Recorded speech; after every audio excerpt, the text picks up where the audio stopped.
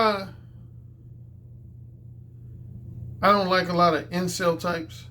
Because they say stupid shit. I did a video one time where I asked the question, does ARC hate all incel types? And I ended up saying in that video, no, I don't. There's some incel types I actually empathize with and seek to help them. But there's other incel types that they're just stupid. There's no other way to put it. They're stupid. They're full of self-pity, and they're full of bitterness and resentment towards both women as well as towards other men. Period. What am I referring to? I stopped through Bernard Riley's channel on Saturday, this past Saturday, 2 days ago. And there was a guy on there that represents some faction of the MGTOW community. MGTOW, of course, standing for men going their own way. Now, he claims he's not an incel. Right. But here's where me and him got into it.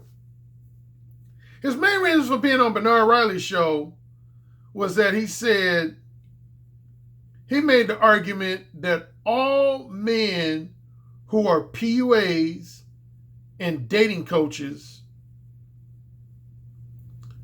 are, in some form or fashion, manipulate women. That was his first assertion. He said anybody that's a PUA or a dating coach is about manipulating women.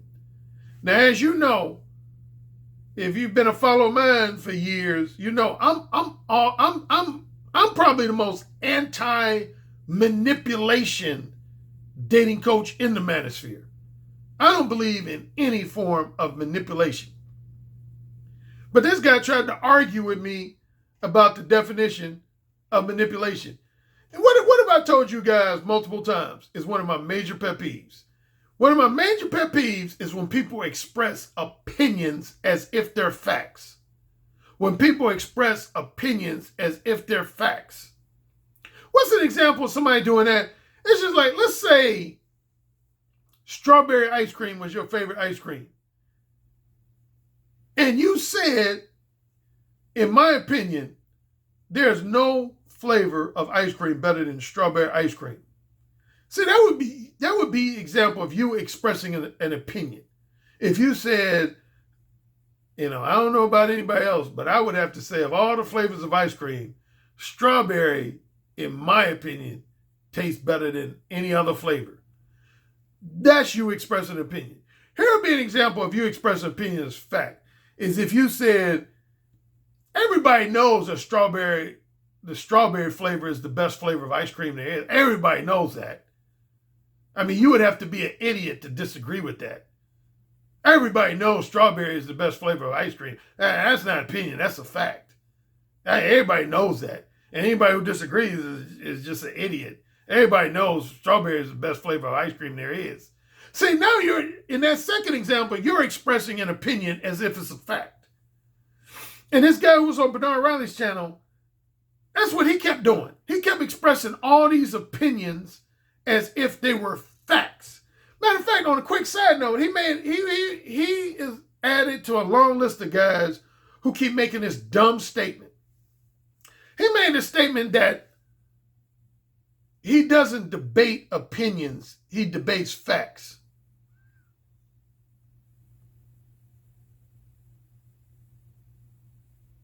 God help these men. God help them. Insert dog face here.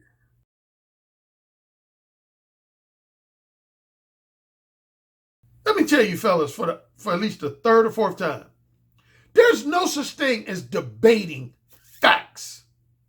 There's no such thing as debating facts. You cannot debate a fact. If you try to debate a fact, then you are stupid. And I'll tell you to your face. You're stupid. You're just stupid. You're stupid. There's no such thing as debating a fact. The only thing you can debate is basically two things. is strong opinions or propose solutions to problems. Strong opinions or propose solutions to problems. That's only two things you can debate, is strong opinions or propose solutions to problems. You can use facts to support your opinionated arguments, but ultimately you're still debating an opinion. Why do you think in litigation trials why you have a jury? Why do you think you have a jury? If it was a fact that O.J. Simpson murdered Nicole Simpson, why would they need a jury? If it was a fact. If it was a fact, why would they need a jury? Why would you need a jury for any case if it was factual that someone was definitely guilty or definitely not guilty? Why would you need a jury? Think. There's no such thing as debating facts. You cannot debate the fact that my name is Alan Roger Currie. You could try to debate it, but the bottom line is my name is Alan Roger Currie. That's a fact. You can't debate the fact that I'm the author of 4 paperbacks and 4 audiobooks. That's not an opinion. That's a fact.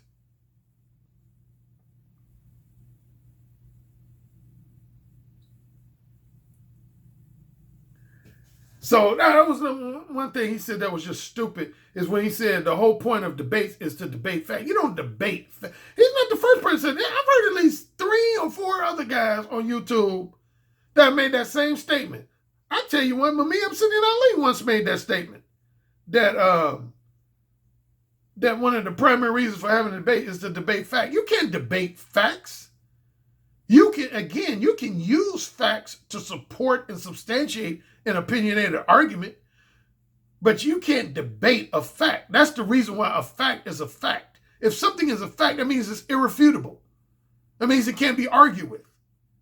It can't be disagreed with if something's a fact. If something's a true fact, then it's irrefutable and it cannot be argued with or disagreed with.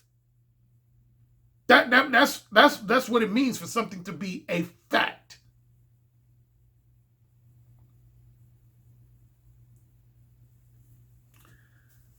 I hate talking to stupid people, man. I don't know why I do it. I have to criticize myself for allowing myself to engage in discussion with stupid. I hate stupid people, man. I hate people who just lack basic intelligence. Anyway, going back to so this guy's main assertion was that he said every form of game, every dating coach and PUA, he had an interesting delineation between those two. He said a dating coach is nothing but a PUA who now has a long-term girlfriend, a fiance, or a girlfriend, or a wife. That's what his definition of a dating coach was. He said basically all dating coaches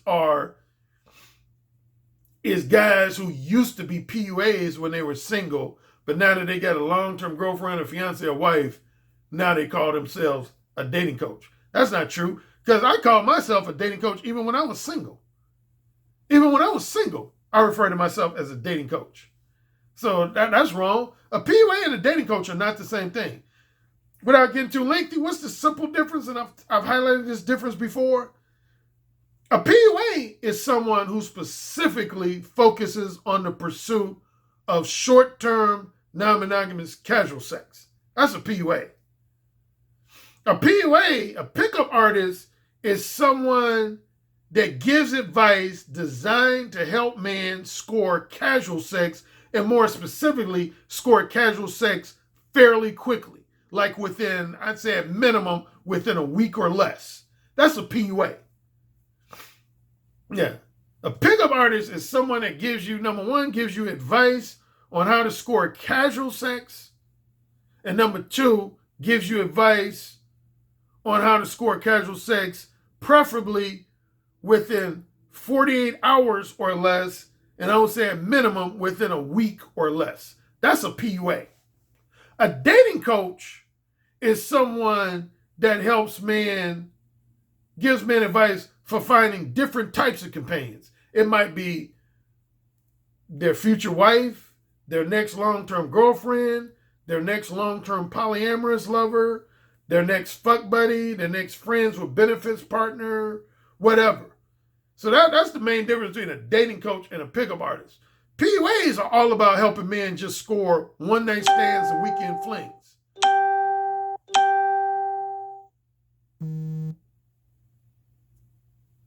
Notifications. That's what a PUA is. PUA is all about helping guys score casual sex. Initially, a PUA was a guy who helps you get pussy specifically from either a nightclub / dance club or a bar or restaurant. That was the initial meaning behind a pickup artist. When you were a pickup artist, that meant you were very skilled and talented on pulling women from a nightclub, a dance club, or a bar, restaurant, or pub. That was the specialty of a pickup artist. Whereas again, a dating coach is someone who helps you find a wide variety of different partners, anywhere, anytime. It could be a long-term monogamous partner, a long-term non-monogamous partner, a short-term monogamous partner, or a short-term non-monogamous partner. They help you with all four of those. That's a dating coach. So that's the difference between a dating coach and a PUA. But anyway, yeah, this guy tried to say a dating coach is nothing more than a former PUA who now has a long-term girlfriend, fiance, or wife. But anyway, his main assertion was that every method of getting women in bed is representative of manipulation. And then his second major assertion was not only do PUAs and dating coaches manipulate women in order to get them in bed, but they manipulate men in order to sell their books, CDs, DVDs, and other products and services. So that was his two main assertions, that all PUAs and dating coaches are about manipulating women, and secondly, all dating coaches and PUAs are about manipulating naive and romantically and sexually desperate men into buying their books, CDs, DVDs, and other products and services, coaching sessions, consultation sessions, etc. He said it's all about manipulation. So I knew once he started talking, I knew inevitably my name was going to come up. And sure enough, I want to say about maybe 15 to 20 minutes into Bernard Riley's interview with this dumbass, that's what his nickname is to me, dumbass. What happened, somebody gave a super chat, what's known on YouTube as a super chat. And they asked him, they said, what are your thoughts on AMS, of course referring to Feliciano T. Collins, his real name, and his pseudonym, Alpha Male Strategies. He said, what is your thoughts on AMS and ARC, and of course, Alan Roger Currie, me. First, AMS. This is what he said about AMS. He said, I don't believe AMS manipulates his clients or followers because he's upfront about the fact that he's manipulative with women. And he just simply tells other men that, yes, he does manipulate women and it works. So he said, in that respect, I don't think he manipulates his clients or customers. Really? Really now? Really? Okay. And he said, as far as women, here was the dumbest thing he said about AMS. He said, I wouldn't even necessarily say that AMS manipulates women because he's upfront with women about the fact that he's manipulating them.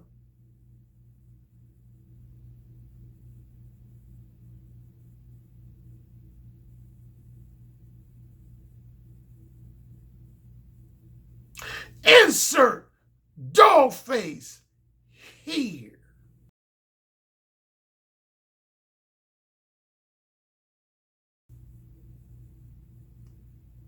Man, get the fuck out of here. Like AMS walks up to women and says, "Hi, my name is Feliciano, and for the next 10, 15, 20 minutes, I'm about to manipulate you." Show me that video. That's a video I want to see. I want to see that video. I want to see that video. Not only of AMS, of any man doing that. How the fuck you gonna manipulate someone by telling them that you're manipulating them? You wouldn't be able to successfully manipulate someone if you tell them from the get-go that you're manipulating them. Yeah, he tried. His excuse for it, he must be scared of criticizing AMS. That's what I took it as. He's scared to criticize. Yeah, because he defended AMS on both accounts. He said AMS does not manipulate his clients or followers because he tells them up front that he manipulates women. That was a goofy excuse.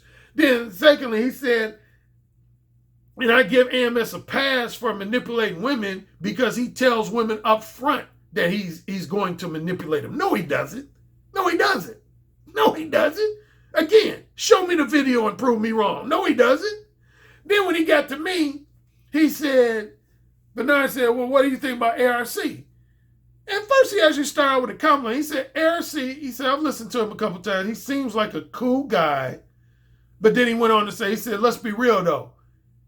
ARC likes to think of himself as a non-manipulative person, but he is manipulative. And Bernard Riley challenged him on it. Bernard Riley was like, how so? How is Alan Currie manipulative, both with women and with his clients?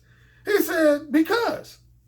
He said, Alan Currie seduces women, and seduction is inherently manipulative. He says, so, he said right there, he's manipulating women because he's seducing them.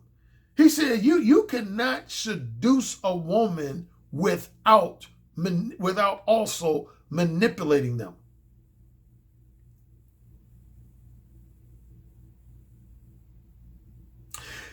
Insert dog face here.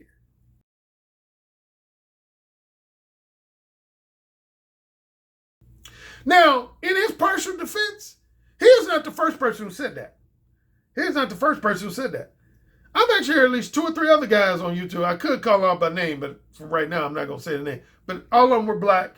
But yeah, there's 2 or 3 other black male content creators on YouTube that said the same thing, that they felt like seduction is inherently manipulative. No, it's not. No, it's not. Seduction centers around persuasion. Persuasion. Seduction centers around the art of persuasion.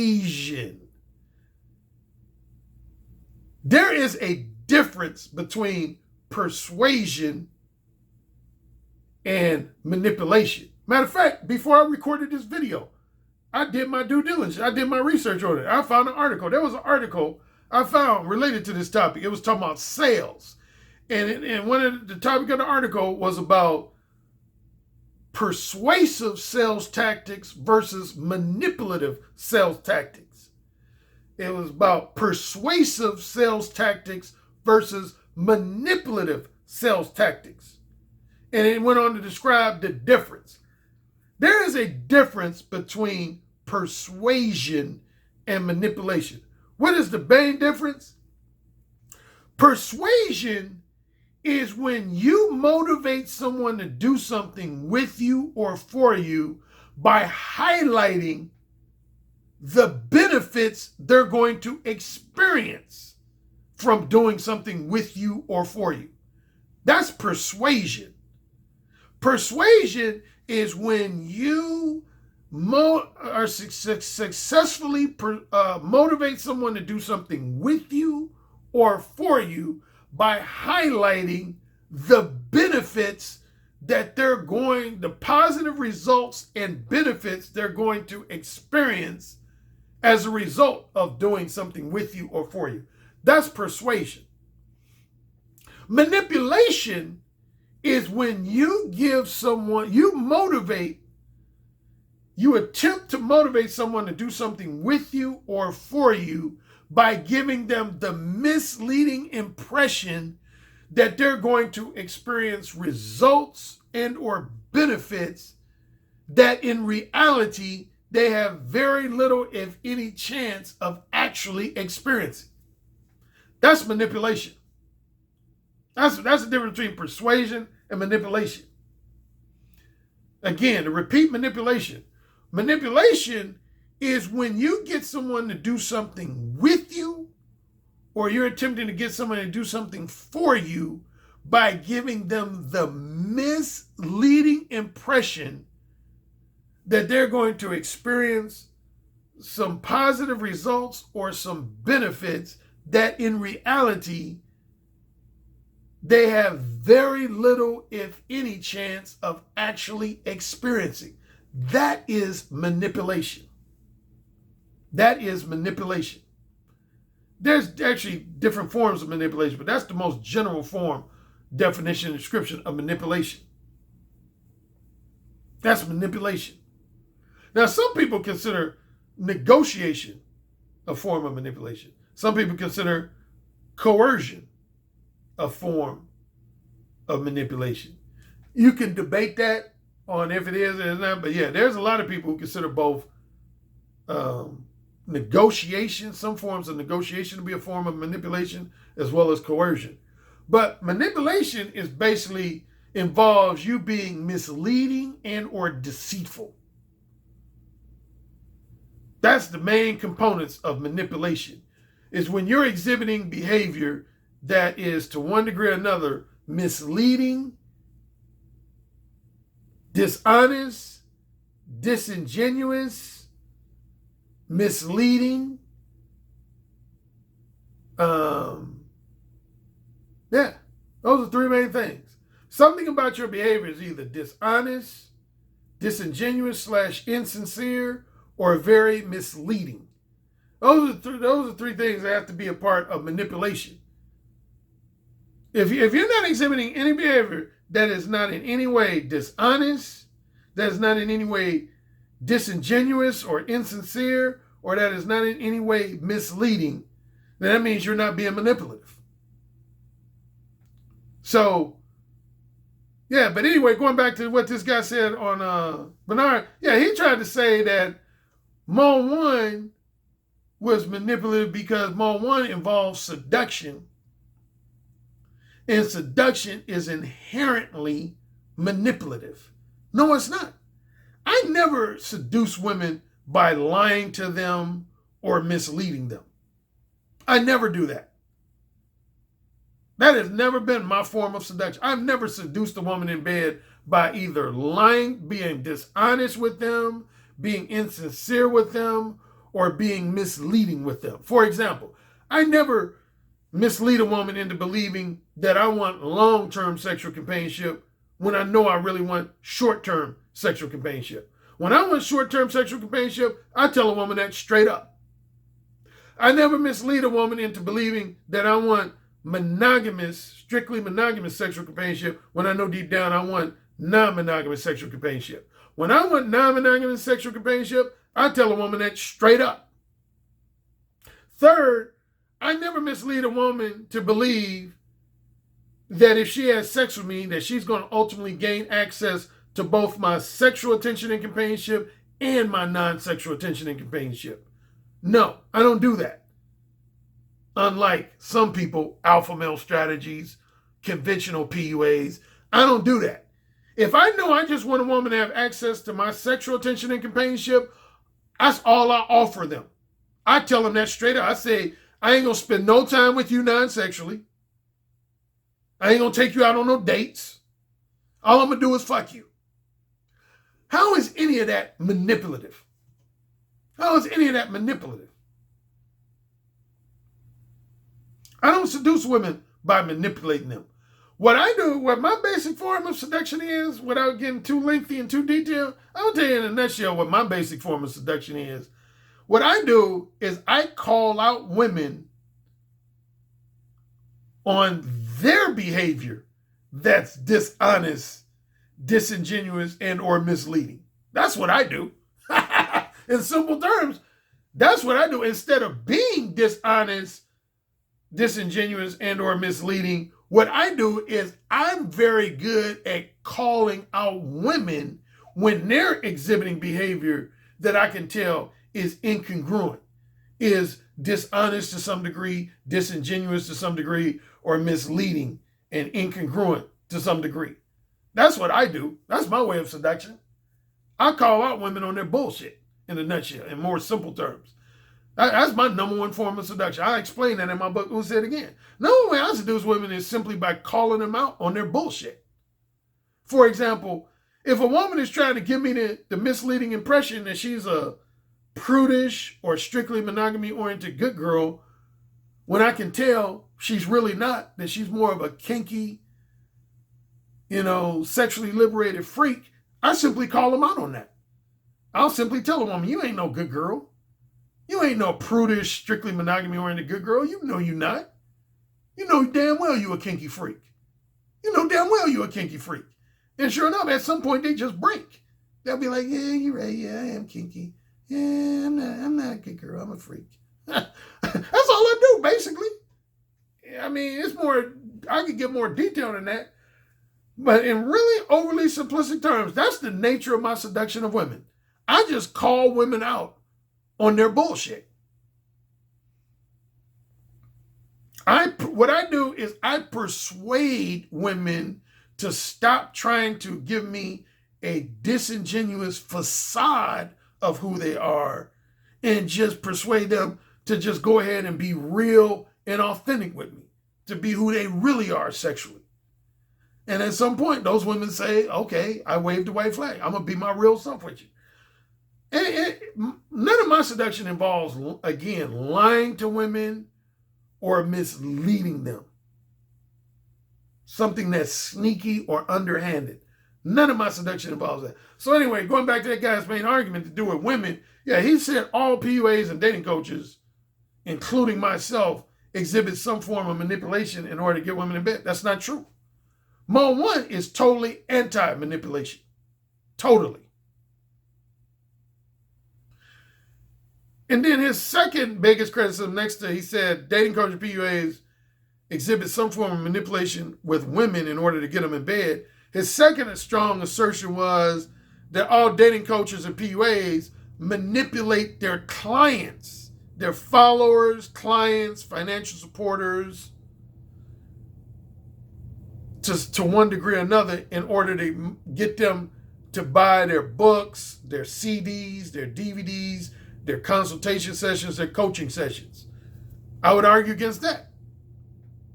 I've never told a client a blatant lie in order to get him to either buy one or more of my books or to get him to purchase one or more of my coaching sessions or consultation or coaching sessions.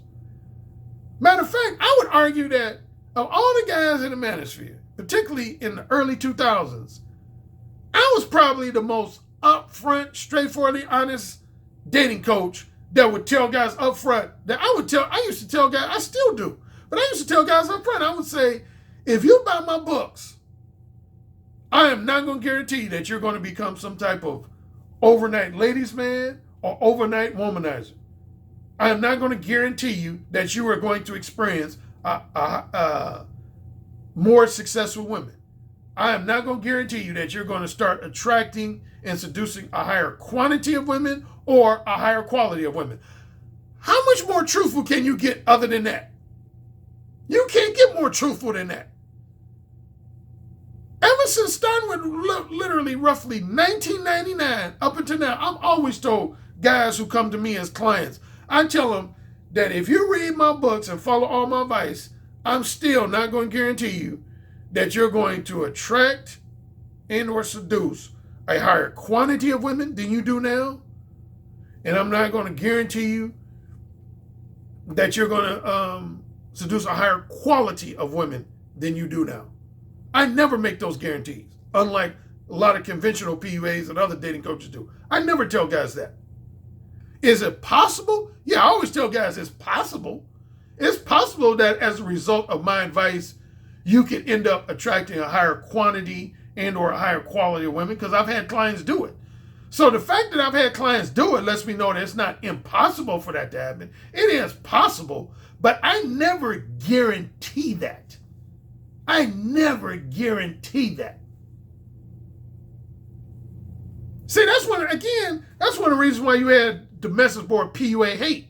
Because back in the 2000s, you had a lot of PUAs who were guaranteeing guys that if they followed their advice, followed their methods and techniques, that they would be guaranteed to attract either a higher quantity of women or a higher quality of women or both.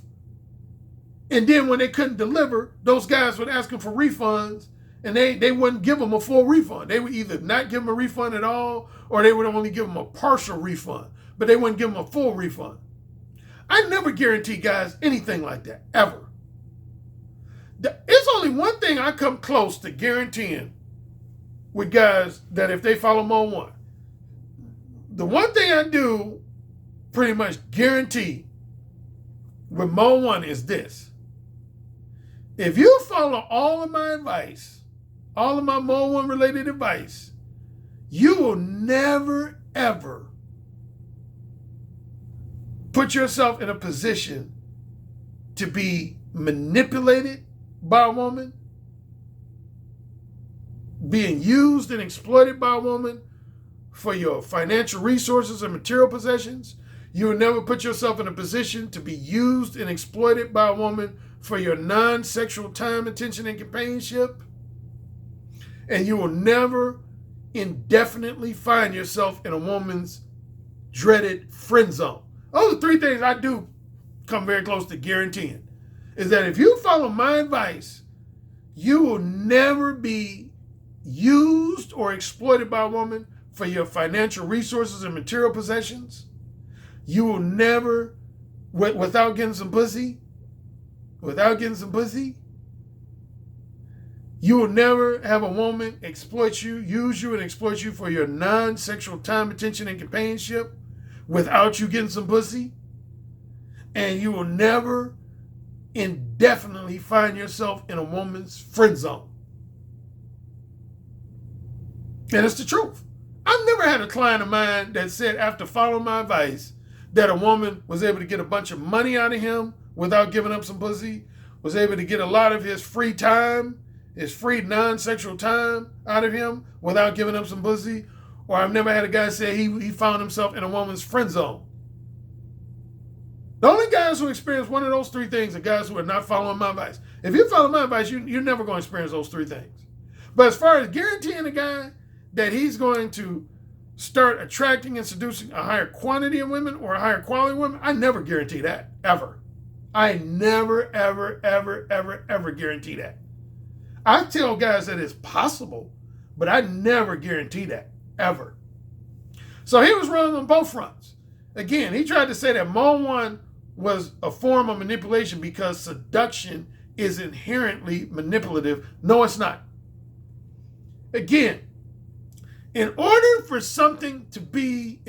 your behavior to be considered manipulative, it has to involve some degree of dishonest behavior, disingenuous / insincere behavior, or misleading or sneaky or underhanded behavior.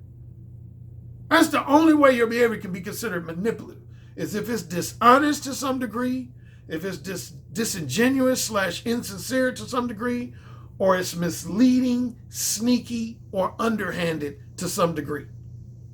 If it ain't any of those things, then your behavior is not manipulative. Again, the difference between persuasion and manipulation. Persuasion is when you motivate someone to do something by highlighting the benefits and positive results that they're going to experience as a result of the activity that they engage in with you or for you. Whereas manipulation is when you give someone the misleading impression that they're going to experience a certain type of result, reaction, result, or benefit, when in actuality they have very little, if any, chance of experiencing that reaction, result, or benefit. That's the difference between persuasion and manipulation. So yeah, I don't manipulate women. I don't deceive and manipulate my clients. If I did, if I was deceiving my clients, I would have probably 10,000 Patreon subscribers right now. Real talk. If I wanted to truly deceive, mislead, and manipulate single heterosexual men, I would have 10,000 clients. I would have 10,000 Patreon subscribers right now. I would. I know for a fact. I would have 10,000 Patreon subscribers if I was about trying to lie to my clients, mislead them, and generally manipulate them. I would have 10,000 clients. One of the reasons why I don't have more than 330 Patreon subscribers is because I'm too truthful. I tell guys up front that a lot of you guys, y'all ain't gonna hook up with no 8s, 9s, or 10s. Even if you focus on your purpose, hint, hint, wink, wink, even if you focus on your purpose and improve your career success and financial success, a lot of y'all still ain't gonna hook up with no 8s, 9s, or 10s. Ever. I'll put money on it. You ain't gonna ever. Unless, with the exception of tricking. Being a trick or a sugar, with the exception of being a trick or a sugar daddy.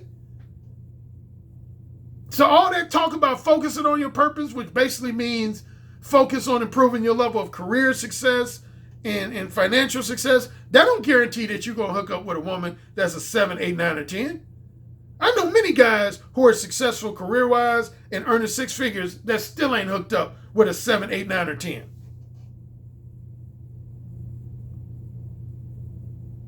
So you can miss me with that focus on your purpose shit.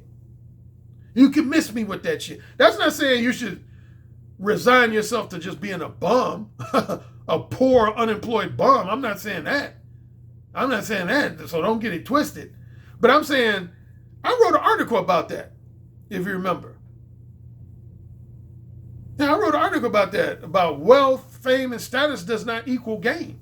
Just because you have a high degree of career success, a high degree of financial success or wealth, or a high degree of fame and social status does not automatically mean you're going to start having success with a higher quantity of women and or a higher quality of women. It's possible, but it's not guaranteed. It's possible, but it's not guaranteed.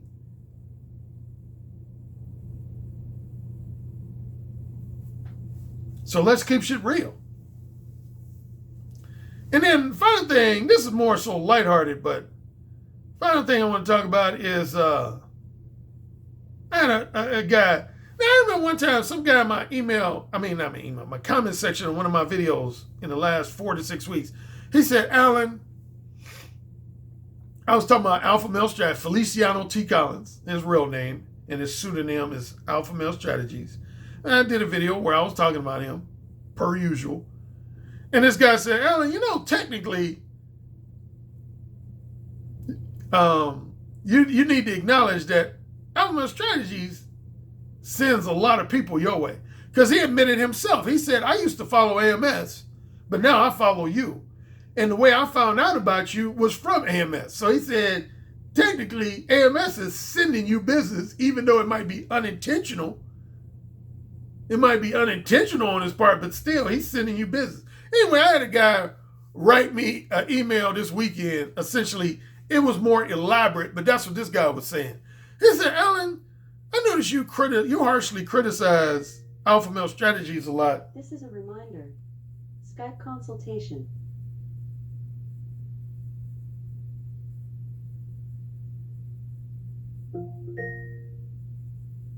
This is a reminder. Skype consultation. Okay, when you hear that from her, that means I got no more than 50. I got to wrap up the video in 15 minutes or less. That's what that means. I got to wrap up the video 15 minutes or less. I'm getting ready to wrap up anyway. But yeah, a guy wrote me a lighthearted email where he said, Alan, he said, I was at your Patreon page this weekend, and he said, you have 330 Patreon subscribers, including myself. And he said, as you know, I used to follow Alpha Male Strategies exclusively, and now I follow you. And he said, you've informed us that approximately 95 to 100 of your 330 Patreon subscribers are guys who used to follow Alpha Male Strategies, which is true. Yeah, I do. I have no less than 95, out of my roughly 330 Patreon subscribers, somewhere between 95 to 100 of them are guys who either did one or two things, who either used to exclusively follow AMS, now they exclusively follow me, or they used to follow both of us, and now they exclusively follow me. And he said, he went on to say, he said, I know you always criticize Alpha Male Strategies, but he said, technically, similar to that guy who wrote in my comment section, he said, technically, I think you need to thank AMS. You need to send him a thank you note. He said, because think about it. He said, think about it, Alan, be honest. He said, right now you have 330 Patreon subscribers. If you take away those 100 guys that found out about you from AMS, you would only have 230 Patreon subscribers. He said, so actually, AMS, even though he's probably not intentionally doing this, he's actually helping you generate revenue. Even when he criticizes you, he's helping you generate revenue because you say that roughly 100 of your 330 Patreon subscribers came from AMS camp. So he said, he lightheartedly said, I think you should send him a thank you note instead of criticizing him. I ain't sending him no thank you note. No. You know, I actually did once give him a thank you note. I've mentioned this before.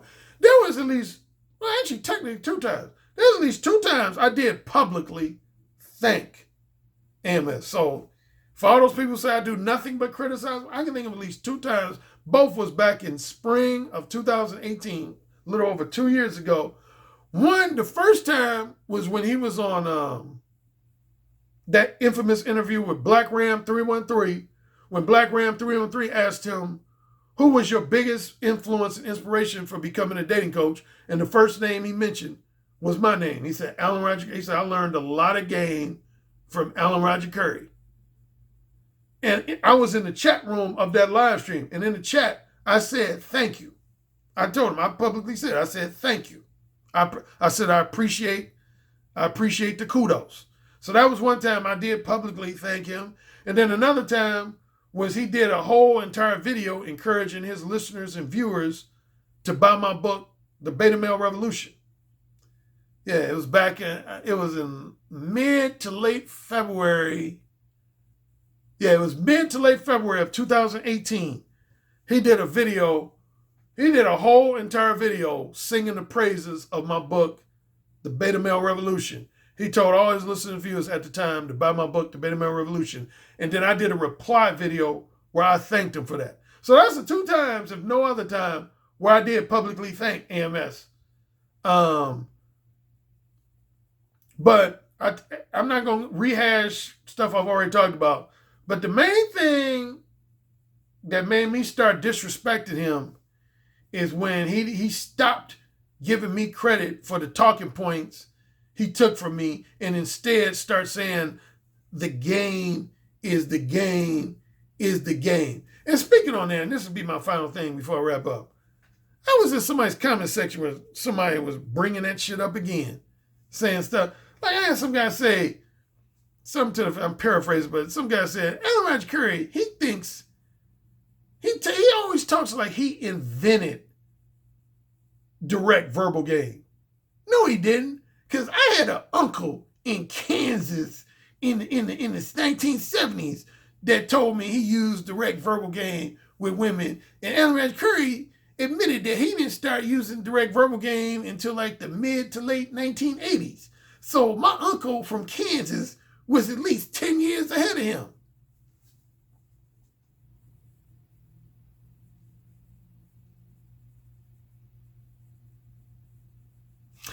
Insert dog face here.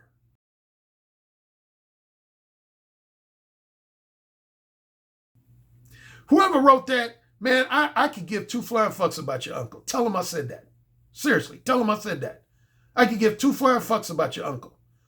I don't care about no motherfuckers sharing knowledge in the streets and at the barbershop. I don't give a fuck about that shit. That don't mean shit in my world. I am a writer. I am a copywritten author and writer. If you want to compare my knowledge, wisdom, and insight to somebody else's knowledge, wisdom, and insight, show me their published copywritten material or shut the fuck up. If you can't show me published copywritten material, I don't give a fuck. I'm so sick of motherfuckers talking about, yeah, man, my cousin did this back in the 60s and my uncle did this back in the 70s and my great-grandfather was doing this in the 1940s. I don't give a fuck. If you can't show me your uncle, grandfather, or cousin's published copywritten book, then shut the fuck up. I don't give a fuck. Real talk. Don't give a fuck. If he didn't have the motivation and innovation to put his thoughts, his knowledge, his wisdom, and insight on paper and publish it and copyright it, then it don't mean shit. If you think I'm lying, talk to an attorney who focuses on intellectual property, copyright infringement, plagiarism. See what they tell you.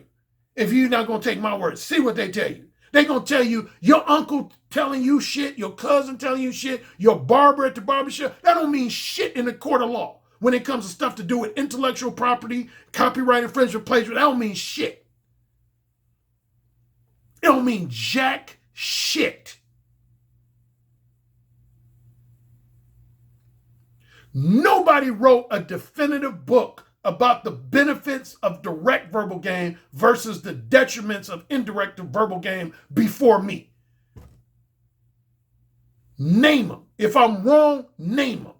Name someone who wrote what could be called the definitive book explaining the benefits of direct verbal game versus the flaws, weaknesses, and detriments of indirect verbal game before my Mode 1 book came out in May of 1999.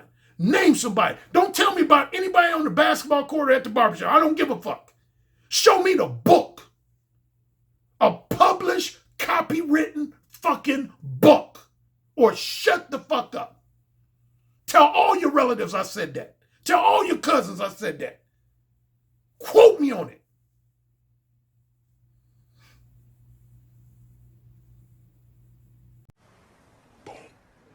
Yes, sir.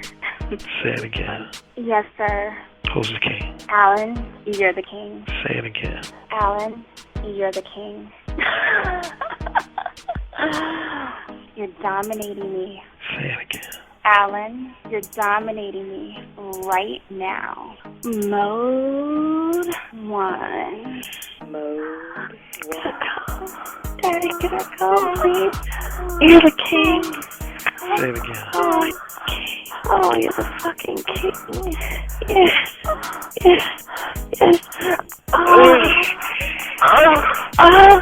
You're the king, Alan. AKA the king of verbal seduction. You know, it's the tone of your voice, how seductive your intonations are, the vibrations that you could just reach out over the phone lines and stroke a woman's breast just by the sound of your voice, how you could make her pussy so wet just by the sound of your voice. That's actually very hot. So you said my show was what? I said your show is powerful. Oh, say it again. Your show is powerful. I bet the king would fuck me really good. Who's the king? Alan Roger Currie. Oh, yeah. Who's the king? Alan Roger Currie. The king. The king. The king. I have to agree with you on the communication piece, because I actually did take a session with Alan Roger Currie, and he gave me a line that I did not think was going to work, and it worked. And I was like, what the fuck?